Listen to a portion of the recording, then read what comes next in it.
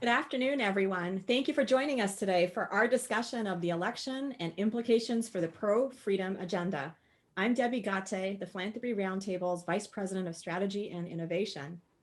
The Philanthropy Roundtable represents the largest network of donors committed to advancing liberty, opportunity, and personal responsibility. During today's discussion, we're going to focus on the liberty aspect of this trio. Even as the final results continue to come in, what we do know about new opportunities and challenges is going to be the subject of our discussion today. And this is really for anyone who wants to advance American values from a pro-freedom perspective. Joining me today for this important conversation are three experts who work on this every day. In one important sense, the missions of their organizations doesn't change after an election outcome. The Roundtable, for example, works to protect philanthropic freedom and advance philanthropic excellence. And we're committed to doing this regardless of specific election results. But when there are changes in government composition or there are power shifts, there are implications for where and how we can advance liberty. And that's what we're here to talk about today. So it's my pleasure to welcome Lisa Nelson, who's the Chief Executive Officer of the American Legislative Exchange Council. Hi, Lisa. And Tracy Sharp, who's the Chief Executive Officer of State Policy Network. Hey, Tracy. Hey, Deb. And Christy Herrera, my colleague, who's down the hall on regular days, Vice President of Policy and Government Affairs at the Philanthropy Roundtable. Hey, Christy. Hi, Debbie. So thank you all three of you for being here today to help us navigate these post-election waters, because there's some interesting channels and flows. Let's see how far I can take that analogy. I probably should stop there. But let's start with a quick refresher of what each of your organizations works on. And I'll start with you, Lisa. What does ALEC work on? Well, thank you, Debbie, and thank you to the Philanthropy Roundtable for putting together this panel. I think it's really important for everybody to understand what happened in the election and how that's going to impact us. For many of you who might not know about ALEC, we are a legislative organization nationwide with membership of legislators that interact with private sector. So our focus is limited government, free markets, and federalism, which is states' rights, a very important issue right now. And we develop model policy, working with the freedom movement and a lot of the permanent freedom infrastructure that I think we're going to be talking about today. All right, thank you, Lisa. Tracy, what about SPN? Hey, Debbie, it's great to be here. Thanks for including us. State Policy Network is the accelerator, the incubator, and the connector of the state-based freedom infrastructure. It's in all 50 states, and it's anchored by 64 free market state-based think tanks, many of which have built a political infrastructure, capacities in their state, political coalitions of C4 advocacy organizations, litigation centers, some investigative reporting, and most of all, a strong messaging arm to build up this capacity, which was pretty active during this election cycle. Yeah, thanks, Tracy. And Christy, my colleague from actually office next door when we return to normal life. Christy, what about the Roundtable? Yes, so we represent and count among our supporters over 600 givers across America, whether they are individual wealth creators or private foundations, family foundations, community foundations. And our goal is to be the hub for philanthropic freedom nationwide. All right, well, thank you all. I think your perspectives are going to be very important for our conversation today, and they're very different perspectives in a sense, and we're looking at the same series of problems. So let's start with the nation. Everyone is saying this is a nation that's divided. This is a nation that seems to be very, very split. Is it a divided nation? Start with you, Tracy. What do you think? Well, going into this, it seemed that Biden and the pollsters really believed they were going to see a blue wave.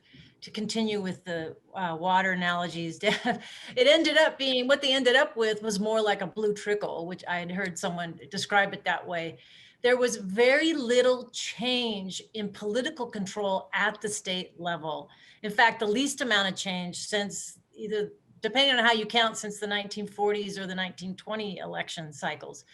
So the red states picked up 2 more trifectas. So while the federal arena may be very divided, depending on how the Senate races turn out, the states still have a mandate to really create more change. And I think especially as redistricting comes up in January. So is America divided? I think one pattern I saw was Americans are very pragmatic. Right. You also have a cohort of voters that seem to be looking for a political home.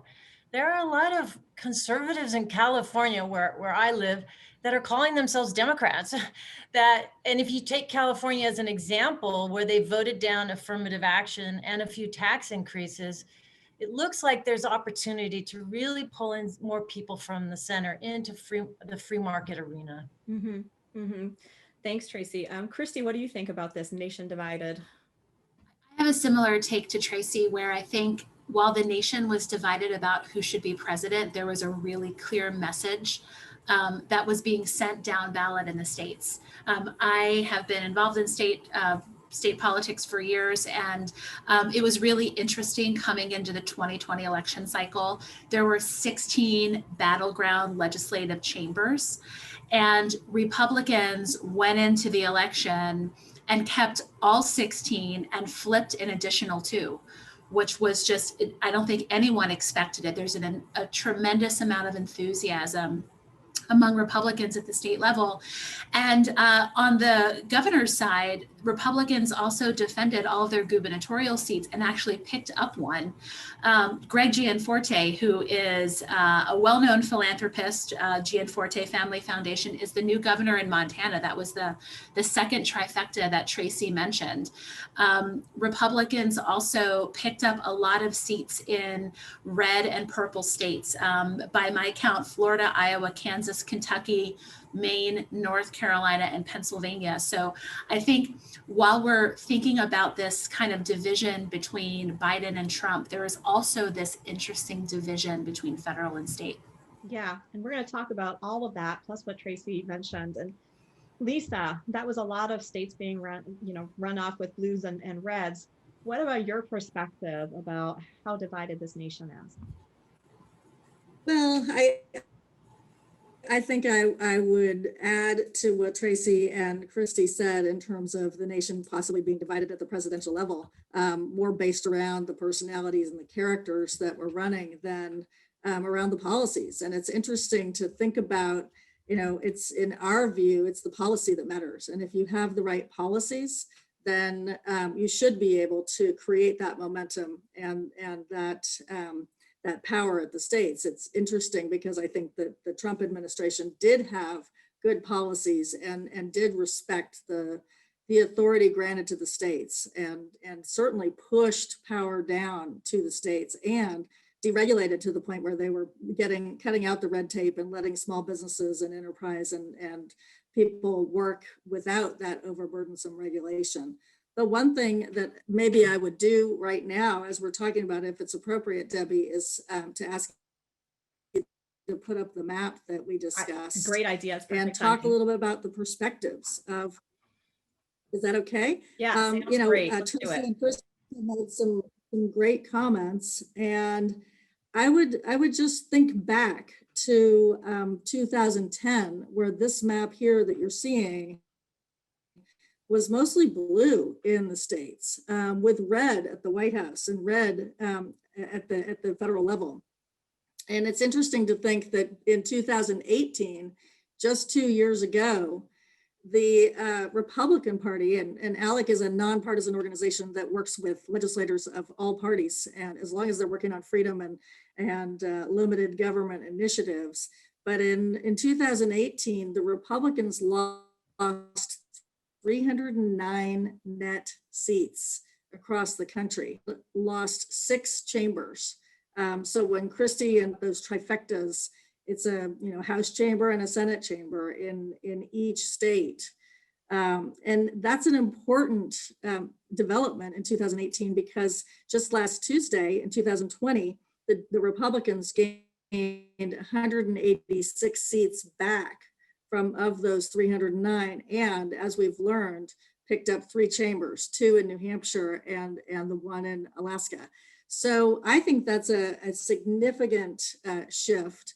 I think it's also worth noting that as Christy was going through those Republican pickups in the states, the power rests in the leadership in those states. And I think that you've got 17 Republican states with a supermajority, and you've got 12 Democrat states with a supermajority. So if you think about it, those states that will, and you can see California, Oregon, Washington, supermajority states that will naturally be able to kind of pursue some of their agendas. But I think what we'll learn as we drill down a little bit more is that while the red states might have gotten a little redder, some of the blue states actually got a little redder. And to that point, Tracy was talking about some tax bills that were thwarted in California, even some pickups in the California State House that we've seen. And so in Colorado even got rid of a tax increase. So I think those are important elements to kind of drill down on. The American people have spoken. They clearly understand what's at stake. And I'm continuing to be optimistic about kind of a philanthropic and an ideological shift in the freedom policies. Thank you, Lisa. That map was actually incredibly helpful. Thank you for bringing it and showing it to us today. All right, so let's talk about what all this means. We just saw the map and we saw what the latest situation is with respect to the states. So what does this actually mean for advancing freedom in the states? I'm hearing some optimism here on this call so far. So Lisa, let's continue with you.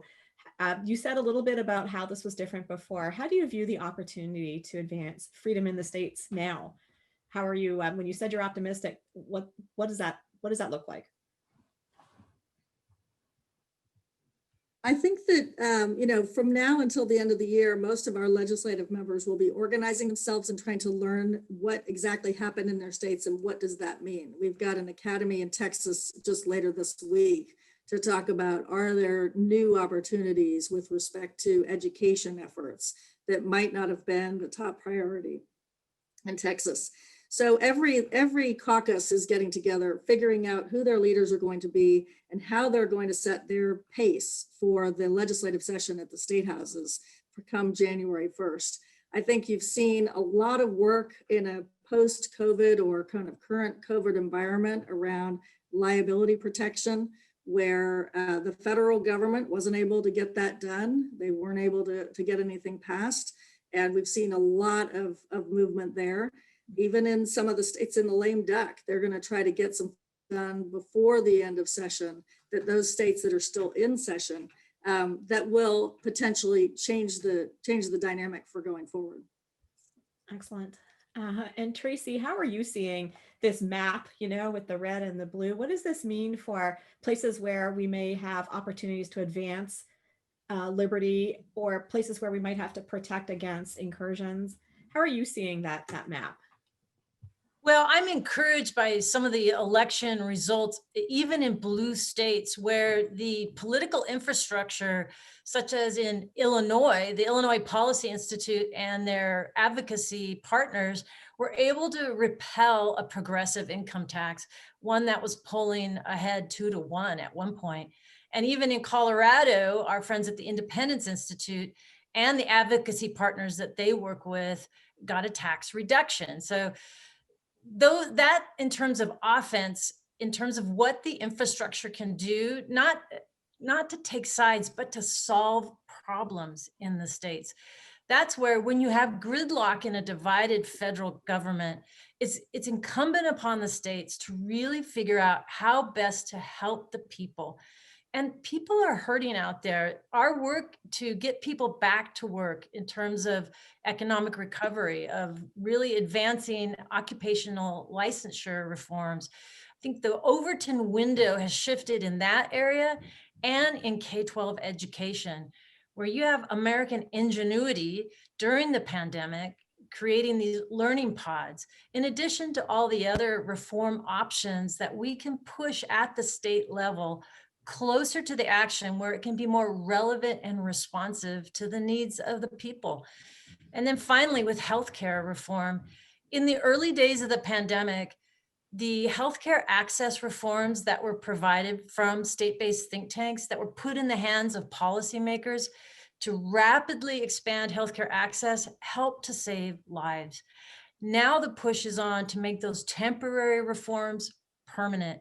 We believe in these areas of offense, there's tremendous opportunity. Of course, in terms of defense, this infrastructure and the work that Lisa does at ALEC will always be the resistance against ideas that really don't give people more choice and empowerment and options and the ability to really allow markets to do their work. Thanks, Tracy. So you mentioned education reform and you mentioned healthcare reform. Are there any other issues that you think we've got special opportunities now at the state level? Well, for sure, criminal justice reform and some of that work that's been done at the state level will continue.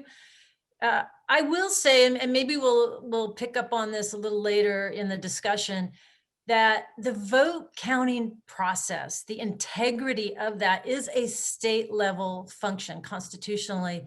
I think reforms and implementing best practices to make that process much more trustworthy, we owe it to the American people that they could have confidence in how their vote is counted. Mm-hmm. We had a record amount of voter participation. I mean, that's very exciting. We don't want to see that turn to malaise because people don't trust that their vote is properly counted. I think that's a reform opportunity that may be pursued in the weeks ahead. Yes, I think we are going to end up talking about that a little bit more, but excellent issues and a lot of opportunity. It sounds like this is very positive. Now, Christy, what about you? What are you seeing at the state level when you look at that map? What do you see? I think you cannot underestimate the enthusiasm of conservatives and lovers of the free market at the state level. It's really interesting. Everyone kind of went into this election on both sides, kind of dreading, gosh, what's going to happen? And you see this just enormous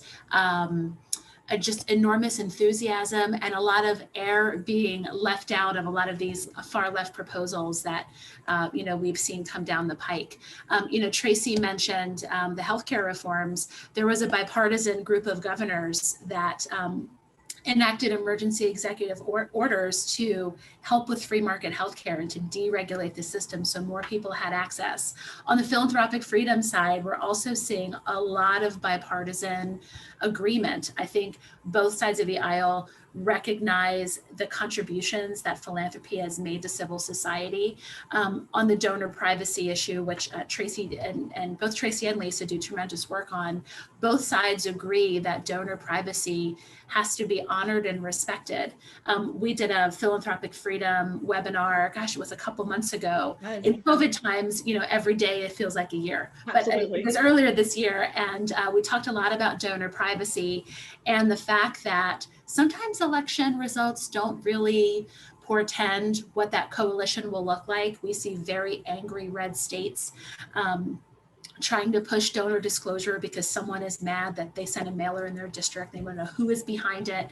We see groups on the left, like the ACLU and Planned Parenthood, band together with groups on the right in favor of donor privacy. I don't think either side wants their lists of donors and supporters to be made public because of threats of fear and harassment and intimidation. So election results, it's a little bit murkier when it comes to philanthropic freedom, but I think, for folks who love free markets and love liberty and freedom, we should be really excited. And this is a mandate at the state level to do great things. Wow. So all of you are optimistic about what we can accomplish at the state level from various perspectives on various angles, but it's all very positive sounding, which is wonderful. Let's continue with the story. So we've talked about what you've seen in terms of whether the nation's divided. We've talked about the map and what it looks like at the state level and the opportunities that you're all seeing as a result of the new configuration. Let's pause for a minute and talk about the federal level. There's tremendous opportunity in the states. What should we keep in mind about the federal level? And we'll start with Lisa. Well, thank you, Debbie. And, just touching on something that Tracy and Christy mentioned on the election integrity before I pivot to the federal level, I do think that's going to be a very important focus for the state legislators and the freedom movement. I think that there were encroachments on the powers of state legislators who by law have some of that authority. You saw some judges make some decisions that were kind of not misplaced or out of place. You've seen different election tactics taking place that legislators haven't themselves endorsed. So I think that conversation will go on, and I would add the Electoral College and the national popular vote to that discussion, just because that's another area where the power of the people at the state level could potentially be taken away. You saw Colorado through a referendum pass a national popular vote initiative, and I think that will be a larger conversation going forward in terms of what the role of the states should be and following the Constitution. Mm-hmm. With respect to the federal kind of makeup and what we're seeing, I'm just mindful of how many ALEC legislators are in office all the time. So I kind of keep that in check. We had several ALEC legislators move up into congressional seats. In particular, 4 or 5 women. That is very exciting. They'll be speaking at our upcoming States and Nations Policy Summit in a couple of weeks here. But Yvette Harrell in New Mexico, who was on our board of directors and is now the first Native American woman in Congress, Republican. Ashley Hinson from Iowa, who was recruited back by our former Speaker of the House there to run for the State House. And then she was recruited to run for federal office by the Republican Party. Victoria Spartz in Indiana, a tax reformer and somebody that all of you in the audience should follow. She'll be fantastic.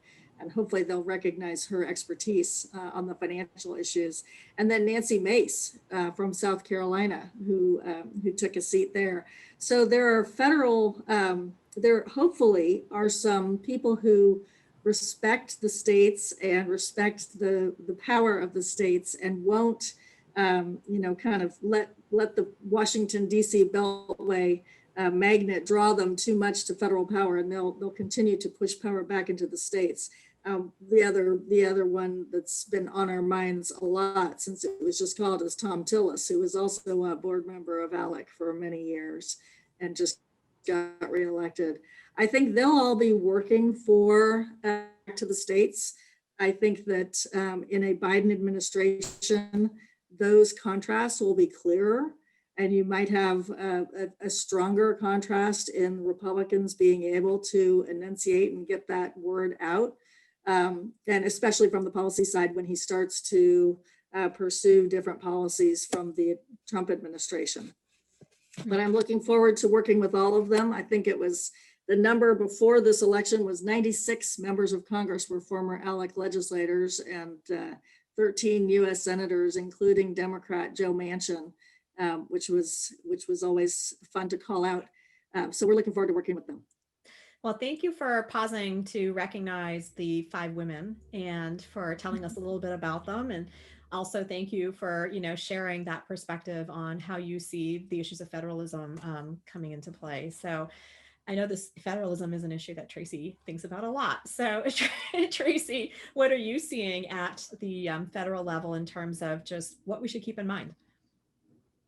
Well, for sure, we want to make sure that our ideas are continuing to be put into the hands of the congressional delegations, of the decision makers, because the states will continue to play a pivotal role of balancing power, right? That is their constitutional prerogative and their role, where state solutions can lead to national impact. We've seen that in terms of right to try, which started out in the states. And after it passed in a critical number of states, a critical mass, the feds had to pay attention to it. The same goes for criminal justice reform. The states will always play that important role to balance power against the federal, against that imperial city on the Potomac, right? So now, as far as the last 4 years, we've been able to make sure that we have a pipeline of good information and good data and ideas flowing into the administration. And that of course remains. Anyone who wants to work with us in terms of driving decisions down closer to the people it affects, we believe policy made closer to home is more relevant, responsive, and accountable.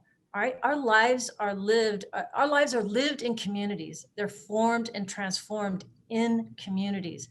And as far as we can help the feds to remember that, we'll step up and help them any way we can. Excellent. Christy, do you want to add something? Yeah, I am really closely watching all of the transition talk. Not necessarily, all of the voter fraud stuff, but I'm watching a potential Biden administration and what that would look like for philanthropic freedom. And we've all seen some of the names floated, but three in particular just kind of give me a little pause. I've heard among the names for Labor Secretary, Bernie Sanders, among the names for Treasury Secretary, Elizabeth Warren, and among the names to head up the Justice Department, Javier Becerra, who is the Attorney General in California. And I'm reminded of what each of those folks has said about philanthropic freedom. During the primary election earlier this year, Bernie Sanders and Elizabeth Warren proposed a wealth tax that would have harmed charitable giving by taxing charitable assets and calling it wealth. Javier Becerra is named in the donor disclosure lawsuit that's currently up for consideration by the Supreme Court. For those of you who don't know, that lawsuit challenges the California Attorney General's requirement that charities turn over their names and addresses of donors to the state.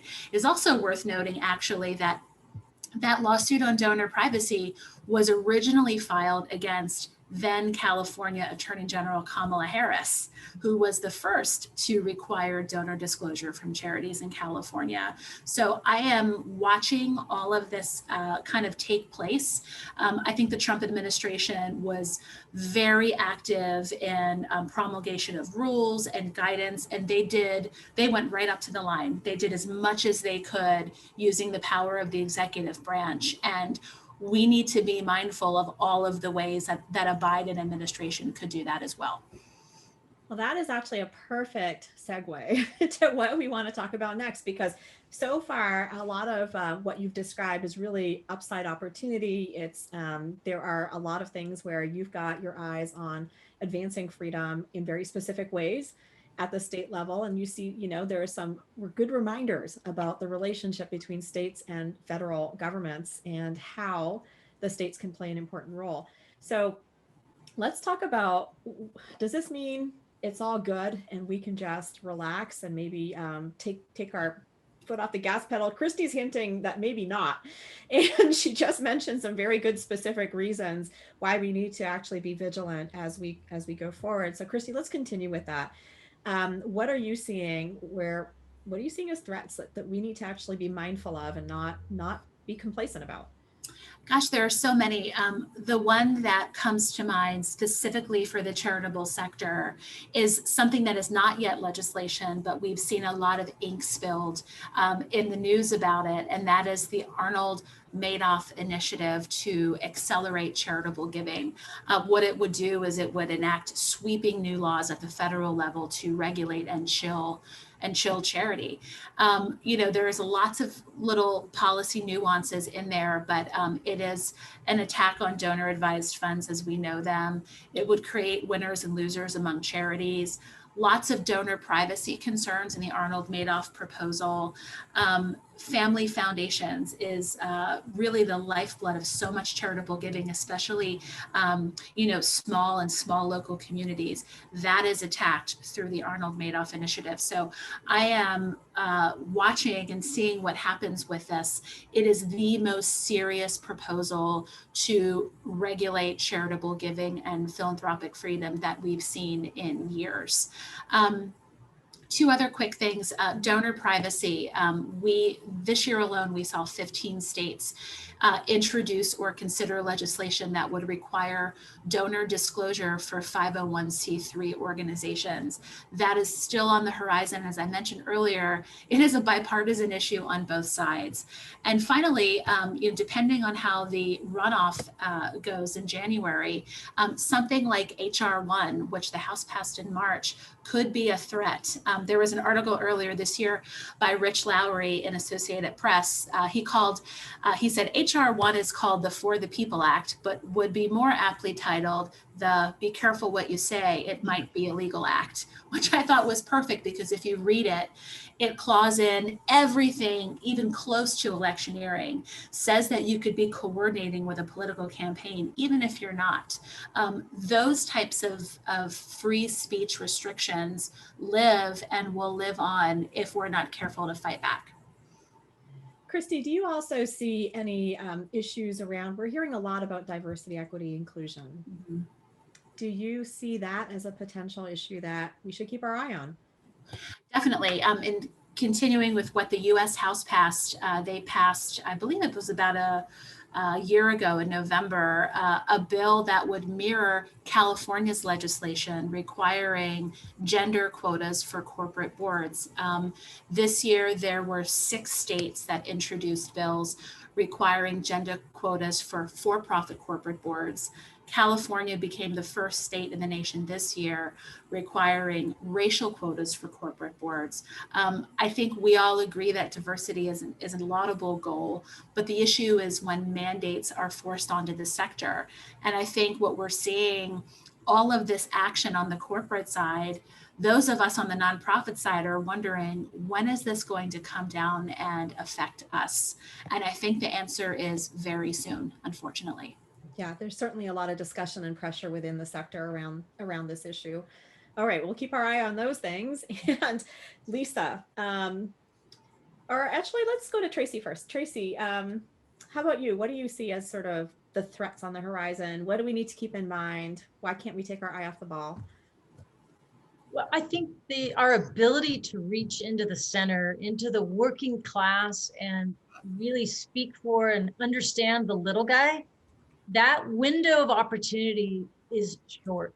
That we have to be very, very aggressive and vigilant about pushing our ideas forward and not wasting a minute, because the opportunity could slip away when we have to end up playing much more defense just to resist the coming tide. So I think not resting on our laurels and immediately coming out of the gate, especially in the legislative cycles in January, to push our ideas forward with the opportunities that have been created through the Overton window, whether it's because of the pandemic or because of the post-election. There are opportunities, but there's not a moment to waste. And thank you, Tracy. And Lisa, what do we need to keep in mind here? One thing that I want to make sure we cover and talk about is just education kind of writ large. And when Tracy talks about, leveraging in this window of opportunity for the little guy and the small businesses, I also want to make sure that we recognize that there are those moms and dads out there that are now finding themselves in a place where they're trying to keep their job, they're trying to hold on to their job, but they're also having to educate their kids at home. And I think it's shining a light on the education system that we have. When you have, employees that break down the middle, and half of them go to public school and half of them go to charter or private schools, some of those are open, some of them are closed. And I think the decision makers at home are looking at that and saying, wait a minute, why can't we figure out a system and a way to educate our kids? Can we look at new opportunities through charter schools? Can we take those tax dollars and carry them with the child to a different school?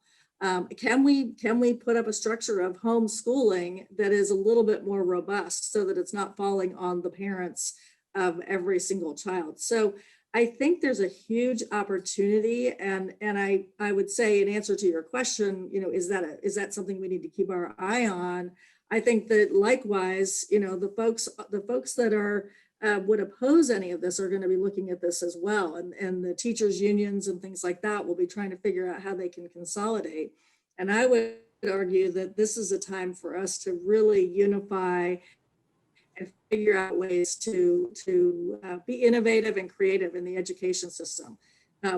In addition to the way the system works, I would say that it's an opportunity to rethink what's being taught. And I think there's been a lot of questions in the last decade around what is actually in the curriculum and what are those textbooks and how are they chosen, and then how does that funnel into the teachers. So at ALEC, we're going to be focusing a lot on that issue, whether we can get some model policy around civics education, not mandates, but just ideas to make sure that the proper and the right, accurate historical references and perspectives are taught in the schools. All right, Lisa. If out in the audience you haven't yet seen our debate between the 1619 and the 1776 perspectives, this might be, Lisa reminded me of that. That's a great example of the kind of debate that's happening around what to teach. And that's on our website if you want to check that out. But Lisa, thank you for the reminder on education. So given everything, I mean, we started by talking about more opportunities, and we had a great discussion around the states, and you are all fairly optimistic. Is there anything else that you're optimistic about that we didn't yet get to cover? And Christy. Yeah, I'll go. It's actually a great segue because the moderator of that 1619 versus 1776 debate that we hosted at our annual meeting, Connor Friedersdorf, had an awesome article last week in the Atlantic called "Why California Rejected Racial Preferences Again." And he talks about not only the overwhelming political underdog that Prop 16 or the opponents of Prop 16 were, but he talked about his own vote in voting no.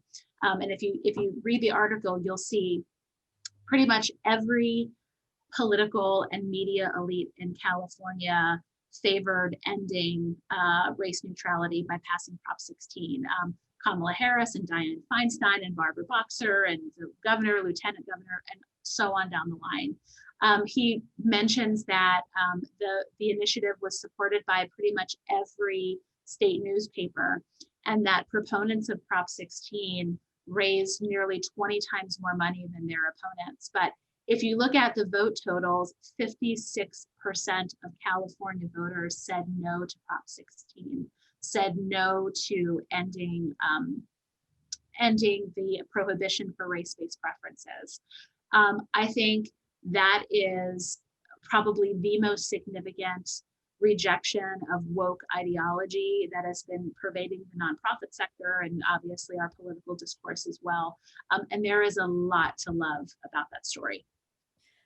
People who are on the pro-freedom side of things and who spend their lives out advocating about this always tend to minimize what we can do in California. And this is tremendously exciting news that the people in California are looking at that issue this way. So yeah, that's exciting. Tracy, what about you? Is there anything else you're optimistic about that we didn't yet get to cover? It's interesting to note in several states how the opposition outspent free market candidates by factors of 5, 6, 7 times. And I think the reason that these candidates and these ideas were able to hold the line is that progressives have yet to really find a message that resonates. They haven't really figured out how the American public thinks. And I think us being able to have a better pulse, a finger on the pulse of how people are thinking and feeling and doing, because we're closer to the action, helps us have that resistance. So I believe in terms of the messaging and narrative, we're closer to hitting on the true feelings of Americans. So that works in our favor right now. Excellent. All right. So I want to turn to something. Actually, Lisa, did you want to add something here about, you have something you want to share about why you're optimistic. And I think this is really exciting. So let's talk about that now. What gives you optimism in addition to everything else we've talked about? Well, I agree wholeheartedly with Tracy's comment about, just closer to the people. I think the finger is on the pulse. I think given how much money, I mean, we're talking about in the billions of dollars, how much money was spent against it at all levels, that the voters kind of rejected that lefty ideology and re-elected, and in some case elected new freedom-loving legislators, I think is a positive statement. One of the things that we're doing at ALEC is just kind of looking back at the year and thinking, you know, what happened and how can we prepare for and think around the corner, look around the corner. We did come out with and worked with all the SBNs. We came out with a COVID kind of policy recommendations during the COVID pandemic for legislators to pass in their states. But that wasn't the only thing that happened in 2020. We had a conversation about race that was, you know, front and center, and you know, making sure that people think about that and take a step back. Some kind of racial reconciliation needs to be addressed in our state legislative chambers. And our national chairman this year is Speaker of the House, Phil Gunn, who for 5 years, this didn't just start in 2020, but for 5 years, led the discussion and the dialogue around changing their state flag and kind of releasing the Mississippi folks. He's the Speaker of the House of Mississippi from the history that is important history, but nevertheless something that they want to turn the page on. And the speaker led that effort and was worried when they went to the vote. You know, he tells stories about how he managed that vote on the floor of the House in Mississippi. And one of the things that they put into that was that not only were they going to vote on it in the Mississippi State Capitol, but they were going to also put it on as a referendum to see where the people of Mississippi were. They were acting on their behalf, but they wanted to kind of corroborate and verify and validate what they had done. And he said, we would have been happy with 51%, 52%, 53% support of what we had done. And on election day, they thought maybe they would get 55 or 56%. They ended up with 76% approval of changing their flag and turning that page. So it shows that having the conversation can help to relieve some of the just animosities that exist. We are going to be holding, just in a follow-up to that, and not just one, but we're going to be holding a racial reconciliation conversation with legislators from all over the country of all races in Mississippi next year. And it'll be in the museum, the Civil Rights Museum that was built in Jackson, Mississippi. So we're really looking forward to that. I think there are ways to talk to each other and to find common ground on these policies. We were able to find it on criminal justice reform. I think we're able to find it on a lot of other things, but find ways that we can work across the aisle and really get freedom-loving, limited government, free market policies addressed. That's an amazing story in Mississippi. It was important for us to pause on that, and a significant number, that 76% you said, Lisa.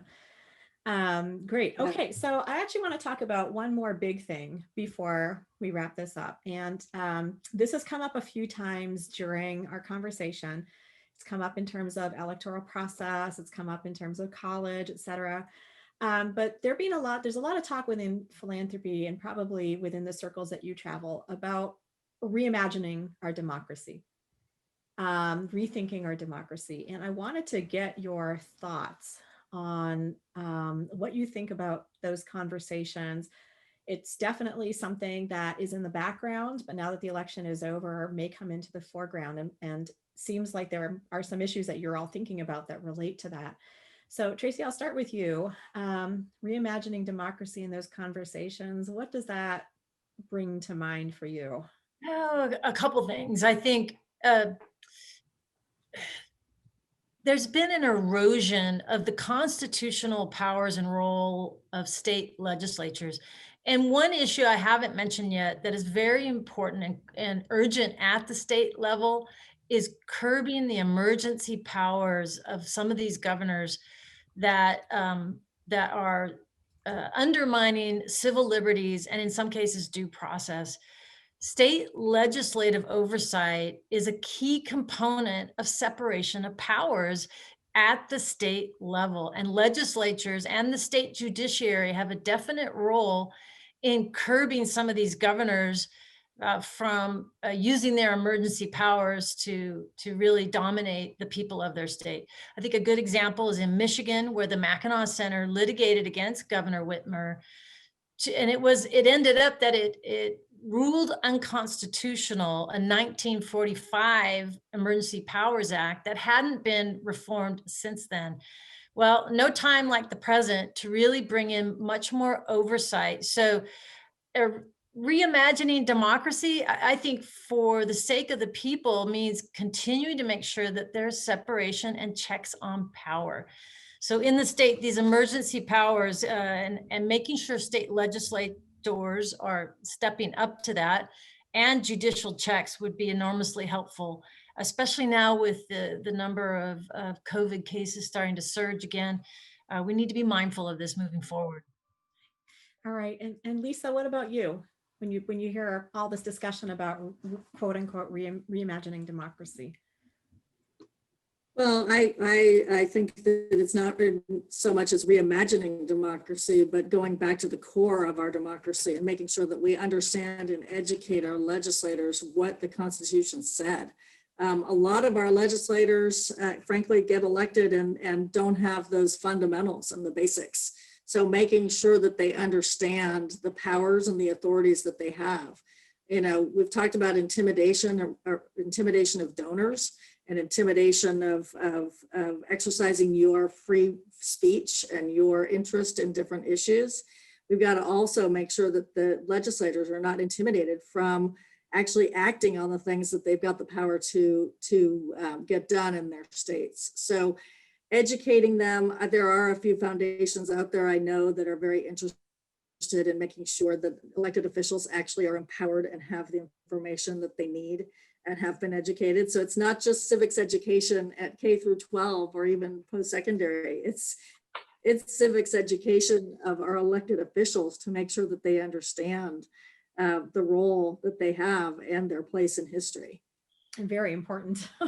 Needs to be a priority, Lisa. Okay, I want to take a couple of questions from the audience before we wrap up. And here is the first one. This goes back to something we talked about earlier in the conversation. Questioner asks, thank you for bringing up a lack of confidence in vote counting. What specifically was not secure in this election? I have only heard generalities that things went wrong without specifics of what went wrong. So what would reforms be designed around is the question. And I think, Tracy, you brought this up, so I'll start with you. Sure. Listen, it's hard to imagine that when you have an election, a national election, that suddenly has to be predominantly mail-in for the first time. It's hard to imagine that an entity that also runs the DMV would be able to really pull that off without slippage, mischief, or outright fraud. So it's just starting with that. It is a Herculean task to handle that many mail-in ballots. Number one. Number two, I think a lot of these state election offices had to quickly man up their staffs, staff up in order to handle these mail-in ballots. And there's been specific reports of very little training, just people wandering in, hey, I heard you're going to pay me X amount an hour, I'll do this, but not really well trained. And in the time constraints, that was hard to do as well. I think Florida could give us an example of best practices. And they learned the hard way after the 2000 election hanging Chad fiasco. After that, they completely revamped their state election processes. And I think these best practices are something that we could share in other states, because each state has that decision-making power as to whether they want to make their processes excellent or whether they just want to continue to slog along with status quo. I think there's great opportunity there. Lisa or Christy, would you like to add? Yeah, and I would. Go ahead. I was going to just add, Yeah, I was just going to add that we just finished our board meeting earlier, or I guess at the end of last week, and Ohio is another one that I think handled their ballot and election day issues very well. One of our legislators, Bill Seitz, offered to write an editorial around kind of the process and the success that they had. They were working hand in glove with their Secretary of State and their election commissions. So Florida and Ohio are two very good examples. One of the things, just to also add to the questioner, that we can do specifically is, as legislators, I think that they can work more closely with their secretaries of state and election commissions on the voter rolls themselves. So that doesn't really have anything to do with election day per se. It means that from now until the next election, to make sure that those voter rolls are clean, to make sure that people who live in their houses actually live in their houses, and that people who no longer are there or may have passed away, sadly, are not getting ballots. So it's not a fraud issue. It's just a management issue. I think, to Tracy's point, it's to make sure that we can find best practices and then follow those practices. Right.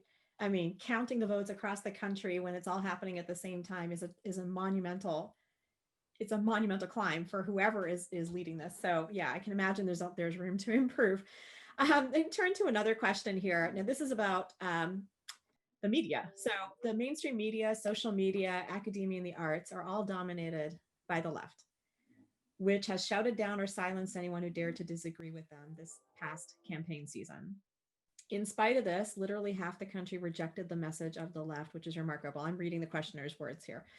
But this doesn't bode well for the future when the nation hears only one side of the story. So the volume's turned up, I guess, on one side.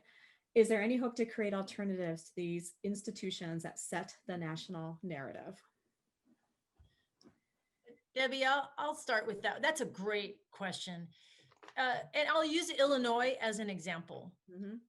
One of the things that state-based think tanks and their political capacities have been building over the last few years is something that's called owned audience. In the marketing parlance, it means someone who's willing to give you their email address, opting in and saying, yes, send me updates, send me to-dos or calls for action. So the more that these groups can build up their owned audience, the more they can go around the mainstream media and communicate directly with constituents and people who want to see change in their states. So the Illinois Policy Institute has built up their own audience over the years so that it's larger than most mainstream media outlets in the state. Over 1 million people have signed up to get their emails and their calls to action. And this is what helped them turn that progressive tax from a 2-to-1 majority to losing at the ballot box. So it's a great question, and we continue to build up owned audience in the states. And the goal is every state would have at least 20 to 25% of eligible voters connected in this way to free market ideas. Mm-hmm. Christy or Lisa? Yeah, I think this is probably a great opportunity, Debbie, for you to plug our upcoming webinar on the Philadelphia Statement and the Harper's Letter, because we've seen so many excellent kind of coming together moments from liberal and leftist folks who say, listen, I am not a Trump fan, I am not a Republican, but I reject woke ideology and I support freedom of speech. I think it's really important for us on the right to engage those folks and to elevate their voices. And it's something that I know if you have followed any of the Roundtable programming over the last year, we've done a lot of work with Irshad Manji, who wrote the book Don't Label Me, talking about how to have conversations across a divided country and why we should be looking to bolster speech and not suppress it. I don't think that we on the right need to do much to reach across the aisle, because there are growing majorities on the center and the center left who agree with us. Yeah, Chrissy, that's a great point. So we do have a webinar on December 3rd, where we'll have Nadine Strawson, Robert Shibley, and John McWhorter talking with us. Each of them signed one of those statements, and John McWhorter signed 2 of them.